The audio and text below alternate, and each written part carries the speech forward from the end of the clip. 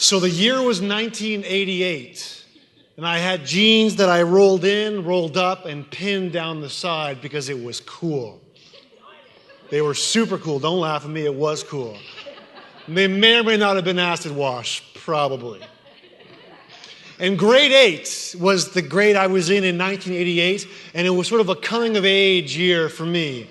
Because in my neighborhood, school went from kindergarten to grade 6, then you went to junior high, 7, 8, 9, and then high school after that. And grade 8 was so awesome because I could take the city bus, public transit to school, and all the little kids, I could leave them behind, my brothers and my sister. I wasn't going to their school anymore. I was now going to my big boy school. And what was cool about it is that it was also, like a feeder school where other schools, other elementary schools were sort of pouring into this school, so you began to meet people that you had never met before. And why grade 8 was so amazing for me was because there was a girl that I liked, and she liked me back. Right? Def Leppard, just ring it in my ears because it's 1988. It's so good. And it was great because I would go out of my way to see her and to be with her. And her locker was at one end of the school on the bottom floor, and my locker was up at the top. And I would take the long way around to my locker between classes just for the chance that I might be able to see her and talk with her. Other days, it's right? Romance, right here. So what I would do is I would walk her home. And she lived on this side, I lived on that side. So I would walk her all the way home and all the way back. And then I would take the bus back home to my house. Because on the off chance, maybe if we were feeling it and things were right and stars were aligned, we would be able to hold hands for the 40-minute walk. We had one class together. It was band. I played trumpet, she played saxophone. I was sitting in the back row, she was sitting in the middle row, so directly in front of me. And I would do things like junior high boys do when they flirt or are interested in someone else. Because I thought it was cool if I kicked the back of her chair, that would show her that I really cared about her, right? Or I pull her hair or make fun of her in front of my friends. Super cool, right? Not so much always. But things were going well. And she had this brown hair that she would pull back into a ponytail. I can still smell the perfume that she used to wear in my nostrils now. But then one day, it happened. And I'm walking out of band class. I've got my instrument in one hand and my binders for the next class right here. And I'm coming up the stairs and I hear her voice. She says, "Hey, I need to talk to you for a second." So I light up, I stand up straight, and I'm standing here, and she's standing right here, and about 7 or 8 feet in that direction were her stupid friends that were clasping their binders and looking in my direction disapprovingly. And then she dropped the bomb, and I've never forgot it. She said, "I like you, but my friends don't like you, so it's over." And she walked away, and her brown ponytail bobbed back and forth, and that is the last time we ever spoke. Oh, right there, stupid friends. And I've remembered that moment ever since. I can see exactly where it happened in the school, and lots happened in grade 7, 8, and 9, but that's what really stands out to me. And in the year since, we're coming up to the 25-year anniversary of that moment, folks, and every time I've driven by that school, my brain goes right back to that moment. I can see it all unraveling in my head. Because there's something about those kinds of moments in our lives that stand out, that make an impression. It's a time, it's a place, it's a person, and it's in there. It's locked into your memory. And that's sort of the way life works for us. I've been following this Twitter feed that's been amazing called Combined History. And what they do is they'll take a historical photograph and they'll mash it up with a present-day photograph. Same place, but different times. Here are some of the wartime photos that they've been working on here. So this is the Ukraine, 1944. And fused in with 2013. And it makes you sort of stop and think, what was going on here on that day? So now we've got people that are separated from by decades. They're crossing the street, but right in the middle, in that spot, was a tank. And they've decided to stop and pose for a picture. Where were they coming from? Where were they going? What was going to happen next? Because sometimes our moments are defined by that, defined by the people who are part of them, like this right here. So we have two lovers to the right, just hanging out nonchalantly, reading books in front of the Eiffel Tower, nice and romantic. Stupid friends. And to the left, we have none other than Adolf Hitler. So think about that. In that same spot, both these three people, separated by decades, are in the same spot, posing for a picture. Something has happened. Somebody was there. Something was coming. Something was going. And the last one, to me, this is the most powerful one yet. But these are the beaches of Normandy. And in the top left corner there, you have a mother and their daughter beachcombing. What has the ocean brought in? What can we find? What can we discover? And then superimposed on top of that, we have the Allied forces coming to do their thing. And there's a meaning attached to moments, to time, to places, to people. And as we jump into this next parable in our Letters from the Future series, I want us to understand and see this parable in the same way, as a moment, as people, as happenings. I want us to be able to see it how, everyday places then become landmarks for us. And these combined histories become filled with possibility, with responsibility, and hopefully a holy awareness. So without further delay, I give you the one about the sheep and the goats. And it goes like this. When the Son of Man comes in all his glory, and all the angels with him, he will sit on his glorious throne. All the nations will be gathered before him, and he will separate the people one from the other, as the shepherd separates the sheep from the goats. And he'll put the sheep on his right and the goats on his left. And then the king will say to those on his right, "Come, you who are blessed by my Father, take your inheritance, the kingdom prepared for you since the creation of the world. For I was hungry, and you gave me something to eat. I was thirsty, and you gave me something to drink. I was a stranger, and you invited me in. I needed clothes, and you clothed me. I was sick, and you looked after me. I was in prison, and you came to visit me." And then the righteous will answer him, "Lord, when did we see you hungry and feed you, or thirsty and give you something to drink? When did we see you a stranger and invite you in, or needing clothes and clothe you? When did we see you sick or in prison and go to visit you?" And the king will reply, "Truly, I tell you, whatever you did for the one of the least of these brothers and sisters of mine, you did it for me." And then he will say to those on his left, "Depart from me, you who are cursed, into an eternal fire prepared for the devil and his angels. For I was hungry, and you gave me nothing to eat. I was thirsty, and you gave me nothing to drink. I was a stranger, and you did not invite me in. I needed clothes, and you did not clothe me. I was sick and in prison, and you did not look after me." And they will also answer, "But Lord, when did we see you hungry or thirsty or a stranger or needing clothes or sick or in prison and did not help you?" And he will reply, "Truly I tell you, whatever you did not do for one of the least of these, you did not do for me." And they will go away to eternal punishment, but the righteous to eternal life. And what stands out, especially for me in this parable, is the fact that neither the sheep or the goats really have any clue as to what's going on. Neither of them can recognize if they've done good or if they have done bad. They're both confused. They both respond and say, "But Lord, where were you? When did that happen? Who were you in this scenario?" So what this does for us is it begins to help us see this parable maybe from a different angle. That maybe it's not so much about the difference between right and wrong, because these folk had no clue about that. But instead, what we're seeing here is the weight that comes with our activity or inactivity.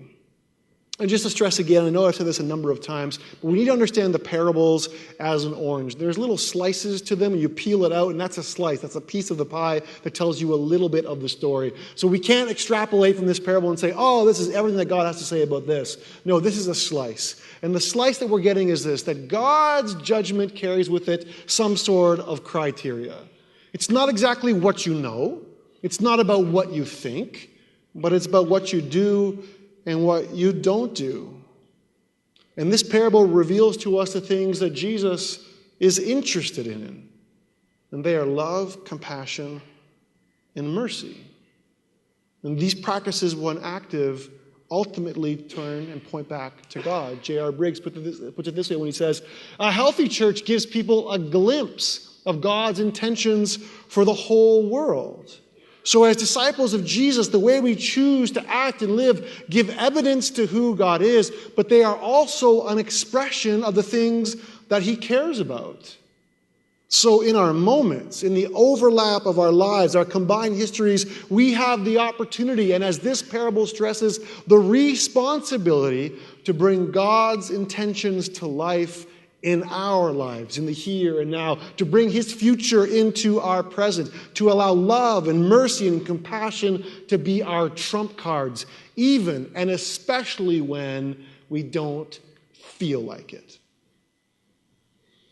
So for the Amish, in connection with this parable, what they thought, what they believed, what they felt, didn't really amount to a hill of beans. But what the commentator described as them being ready to go with forgiveness, ready to go with love and mercy and compassion, really tells the true story here. Even to collect and pool money for the widow of the shooter and say, hey, we still want you to be here and a part of this. Let us love and support you. Because I don't know what it's like for you, but when someone comes after me or comes after those that I love, I go into defensive mode and I want to hurt them back. And never am I thinking about what can I do to be kind or good to them. I want to retaliate. And then oftentimes you and I will set up some very good reasons why we shouldn't extend love and mercy and compassion to these people, because they don't deserve it. So why would I give it? And this is a challenge that humankind has been struggling with since the very beginning. In fact, in the times of Jesus, the rabbinic code was this. They said, you know what? You need to forgive people at least 3 times. That is your duty. That is what you have to be a good person, 3 times. And then Peter shows up and says, no, you know what? Let's crank that up. Let's make that 7. If you forgive people up to 7 times, then you will be a good person and pleasing to God. But then Jesus shows up and says, well, Peter, I see that 7 and I raise you by 70. Let's make it 7 times 70. So endlessly he's given this number that's ridiculous and saying your mercy, your compassion, your love ought to be limitless. It can never stop. Even as far back as the 1500s, St. John of the Cross is trying to figure this out. And he says our mission as the church, as Christians, is putting love where love is not. So God insists on love. He insists on mercy. He insists on compassion. And it needs to be where it needs to be. So if we stop today and looked at ourselves and those that we are close to and maybe those who have harmed us, we need to ask ourselves the question, where is God insisting on mercy here? Where is God insisting on love and on compassion? Because that's usually not my go-to. My go-to is to get even. And just in the last couple of weeks, there's someone who I have felt has wronged me and my family. I'm not sure how you fight, but this is how I fight. I write nasty, nasty emails. That's my go-to. And when I'm driving in the car, I am just lining that email up. I got my opening, my center. I've got that little zinger at the end. That's a knife that I'm going to stab in someone's back. And then I'm going to press send, and it's going to feel so good. Because I want to get back at them. I've lost all power, so all that I can do right now is just hurt them verbally. Make them feel gross about themselves. I want to hold back love and mercy and compassion, ironically enough, exactly from where it needs to be. Someone told me once that you need grace the most when you deserve it the least. And I think that's true. But that doesn't change the fact that it's hard. And how do we do this? How do those Amish people do it? How do I not send that email when I feel justified in this way? The only answer we have as Christians is the example that Jesus sets forth. And in this parable alone, no fewer than 4 times does he present himself in different ways that are an example to us in how to give and distribute this love, this mercy, and compassion. The first time he identifies himself as the Son of Man. This is a Hebrew expression. This is insider language directed to the Jews. And he carries with it this image, this idea that Jesus has solidarity with the oppressed. He's able to identify with us and able to say, listen, you carry your cross because I carried mine. And in a sense, he's saying, I know exactly what you're feeling because I have walked through the exact same thing, and I want you to know that I am here with you as you walk through it as well. So hold on to that one. Jesus as Son of Man. Then he also identifies himself as the shepherd that separates the sheep from the goats, and the king who says, hey, come, you blessed of my Father.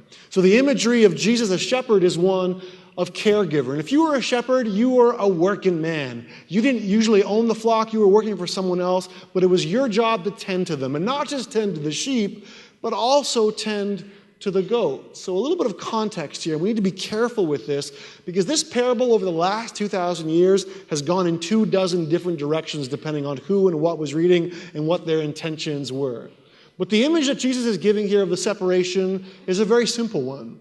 He's saying at nighttime, goats like to sleep inside because it's warmer and they can huddle together as a group. Whereas sheep, they like it cooler, so they're going to be out in the pen, and they're the kind of animals that need their space. So we separate these two because they've got different needs. They're different beasts. So Jesus says, that's the way it's going to be in the end. I'm going to separate those who show and exhibit love, mercy, and compassion from those who do not exhibit love, mercy, and compassion. And then as he identifies himself as a king, it's a different sort of type of shepherd. It's a shepherd cranked up to 11. It talks about Jesus acting on his Father's behalf, embodying God's reign. And the kings of that time were sort of royal shepherds. But they weren't into the day-to-day mix like the regular shepherds were. They were more big picture shepherds, taking care of their people on the outside. So as king, of all of creation, Jesus is looking after all of humanity. It's under his care and under his attention. So we look at the Son, we can look at him as shepherd, we can look at him as king, and these encourage us in one way or another. But it's the fourth incarnation, so to speak, that's the paradox, the one that messes with us. Jesus says also this, whatever you did, one of the least of these brothers and sisters of mine, hey, guess what? You also did it for me. So what? So Son of Man, so shepherd, so king, and now you're also saying that you're the least amongst us? I get that Jesus that identifies with me, that makes sense. I get that Jesus that is my caregiver shepherd, well, that's cool too. Jesus as king who is looking after the big picture, now I get it. But then you'll also say, guess what? I'm also in one other place with the people that you care about and love least. Those you despise, those who you forget, those who you push to the sides. And that's odd to think about in the beginning, but really it makes total sense. Of course Jesus is there. Of course he's at work there. Jesus always is where he is needed most. He's there for when you need to forgive those you don't want to forgive. He's there when you're angry at the stupid girls. He's there when you're about to click that email towards those people. He's in those pockets because that's where he needs to be. And the scriptures are full of allegories and metaphors like this. Jesus is the light of the world. Of course he is, because the world is in darkness and he comes to fix that situation. Jesus is the great physician, of course, because we are sick and he has come to heal us. Jesus is the Prince of Peace, of course he is, because we live in a war-torn world. Jesus finds himself in the places that he is needed most. And through this he says, guess what? If you want to be with me, that's where I am, and I invite you to join me in that place. Why? Because he's up to something. And not just in the dire situation, but also, maybe especially, in us. Jürgen Moltmann says this. He says, all the titles given to Christ are statements of hope. By announcing in the mode of promise his coming into the world, they draw believers into the expectation of his future. So for us as disciples of Jesus, we need to be dominated by this expectation about this future hope. It's a future hope that overrides any hurt. It's an expectation and hope that pulls the rug out from under our anger and stops the nasty email from being sent. Why? Because we weren't made for that kind of thing. We were made for something else. Sometimes we think we're made for this, but we're not. In the parable it says, then he will say to those on his left, depart from me, you who are cursed, into eternal fire. Prepared for who? Oh, prepared for the devil and his angels. So this gives us a clue that way at the beginning, this is not what God had in mind. He had in mind that love, mercy, and compassion were part of our living vocabulary, and this is the way we would be. But for those who weren't that way, well, there was a place prepared for them. But now some of us may end up in that place because we're not exhibiting those things. But remember, from the beginning, we weren't designed for that. We were designed for something else. And the book of Ephesians unpacks it by saying this: long before he laid down the earth's foundation, he had us in mind, had settled on us as the focus of his love, to be made whole and holy by his love. Long, long ago, he decided to adopt us into his family through Jesus Christ, and what pleasure he took in planning this. He wanted us to enter into the celebration of his lavish gift-giving by the hand of his beloved Son. Because of the sacrifice of the Messiah, his blood poured out on the altar of the cross, we're a free people, free of penalties and punishments chalked up by all our misdeeds. And not just barely free either, abundantly free. He thought of everything, provided for everything we could possibly need, letting us in on the plans he took such delight in making. And he set it all out before us in Christ, a long-range plan in which everything will be brought together and summed up in him, everything in the deepest heavens and everything on planet Earth. It's in Christ that we find out who we are and what we are living for. So when we begin to understand Christianity in light of this parable and of this passage, Christianity then is not so much about being good or bad, or about being right or wrong. It's more about being either dead or alive. Are we alive to all that he has set out before us, all that he has called us towards, all that he has for us? Are we alive to forgive the impossible, like with the Amish? Are we alive to show love, mercy, and compassion to those who deserve it the least?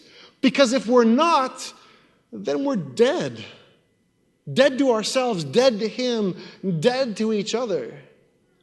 And to be spiritually dead in this sense is to be dead in our trying. I just don't care anymore. I don't care about any of this world, myself, each other.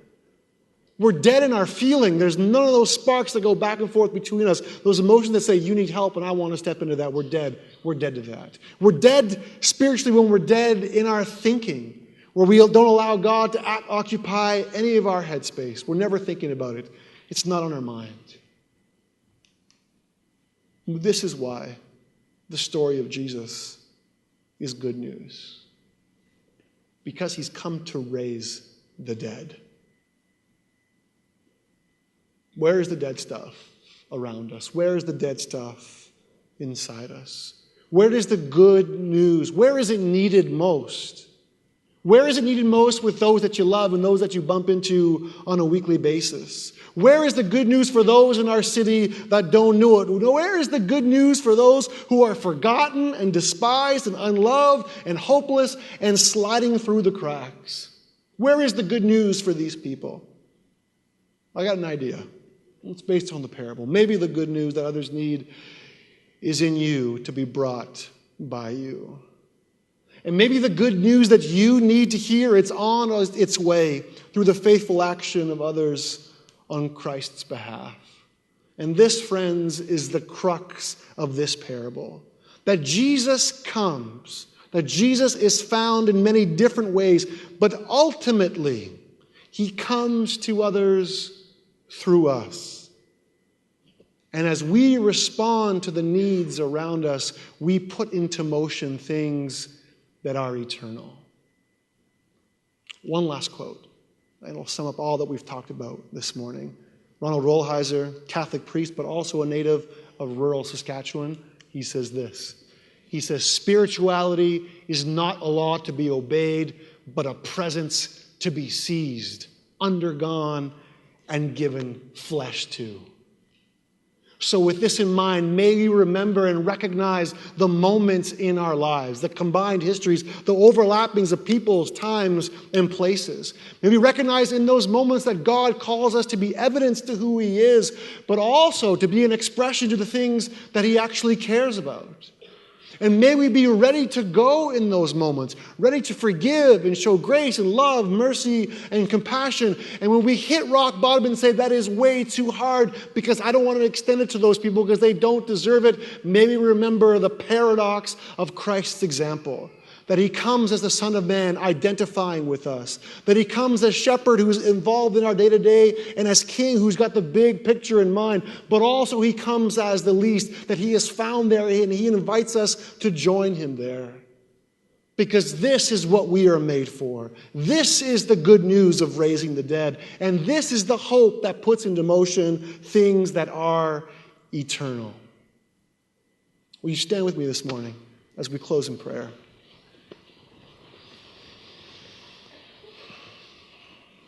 God, I thank you for actually caring about us and caring about the small things and the big things and everything that's in between. But especially here this morning, God, I want to pray for those who feel that they are short on the good news.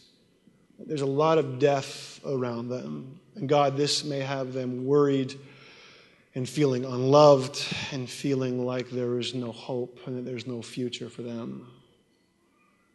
Father, I pray in the name of your Son, Jesus, who is our shepherd, who is the Son of Man, who is our King, that you would send us on your behalf to rally around those who need this good news. God, will you raise the things that are dead in and around us? Bring it back to life. Put us back together for the hope and the purpose that you had intended from the very beginning. And God, for those of us who are feeling good but waiting on the wings, sort of sitting on the shelf, God, I pray that you would put us into motion. Recognize, God, that we are bearers of this good news, that we need to meet you where you already are, bringing this good stuff where it is needed the most. And at any time, God, that we feel that we don't want to do it because they don't deserve us, God, call us on the rug for that. Show us the error of our ways. Remind us of the Amish story of being ready to go with forgiveness, grace, love, mercy, and compassion. God, we need you on this one. It's a big job, but we're thankful you've gone ahead of us and that you are working with us and that you'll meet us there anyway. In your good and holy name we pray. Amen. I'm going to invite you to stay standing. The band's going to lead us in one last song, and then we'll wrap up together.